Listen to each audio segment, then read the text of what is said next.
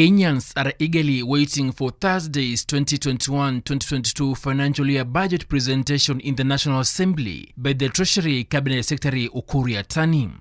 This year's budget will be the second to be read at the time Kenya is struck by the COVID-19 pandemic, which has heavily affected the country's economy. No problem. Already, human rights organizations and stakeholders in the health sector have put the government on the spot for what they term as failure to prioritize the health sector despite the COVID-19 pandemic. Amnesty International, the KMPDU, Inuka Nisisi, among other organizations, are challenging the government to allocate more funds to the fight against the virus and not projects that end up being caught up in corruption scandals. We, the undersigned, being representatives of human rights organizations, people's movements, medical unions and associations, are deeply concerned that COVID-19 still poses a central threat to public health, to our economy, and continues to disrupt daily life 16 months after March 2020. The 2021-2022 budget must play a central role in the government's response to the debilitating impact of the coronavirus, and it must strengthen the general health system. The global COVID-19 pandemic has put Kenya's commitment to budget transparency into a very sharp focus.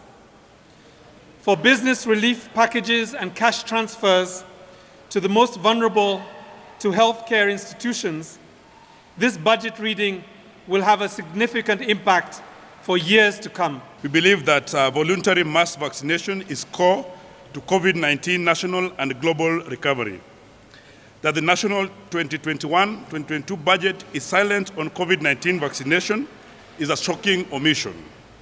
While there's mention of COVID-19 vaccine in the narrative section, the proposed budget has not specified any significant allocation for the purchase of the COVID-19 vaccine, despite an increase in the routine immunization budget. The organization's officials addressed the press in Nairobi, where they asked the National Treasury to assign an adequate budget line for occupational safety equipment and build the public healthcare system. The total national government allocation to healthcare has declined from 6.1% of the total budget in 2020-2021 to 5.7% in the 2021-2022 budget. These reductions are likely to affect resourcing in the health sector, both in terms of the health personnel, infrastructure, and supplies. This at a time when our health budget is largely donor-funded and with most donors withholding support.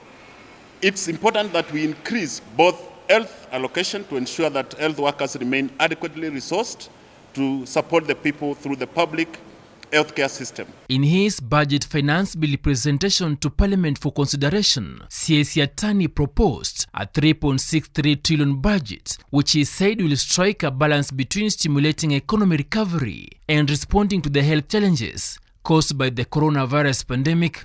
Yattani has proposed to invest 26.6 billion shillings on the post-COVID economic stimulus program and 135.3 billion shillings on the President's Big Four agenda, compared to the 128.3 billion shillings set aside for the same in the 2020-2021 financial year.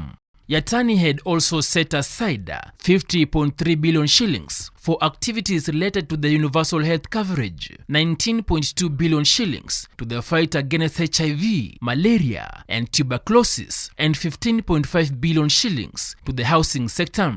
In the 2021-2022 financial year budget, the Ministry of Finance has allocated 1.879 trillion shillings to the executive arm of government, 37 billion shillings to the parliament, and 17 billion shillings to the judiciary arm of government. Of concern is Kenya's public debt, which began to swell at an alarming rate from the year 2013 due to increasing government spending plans, forcing it to take loans to support the budget. For the last 1 year,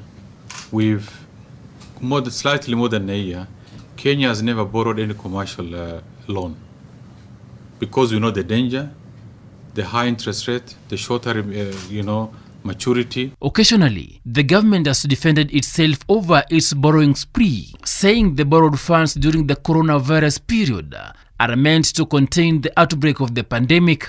And given the challenge of COVID and the desire to continue maintaining highest standard of service to the Kenyan people, we, as a responsible country, we have the leeway to borrow. And Kenya has never defaulted on any loan. Dickens, Luvanda, Hope TV News Watch.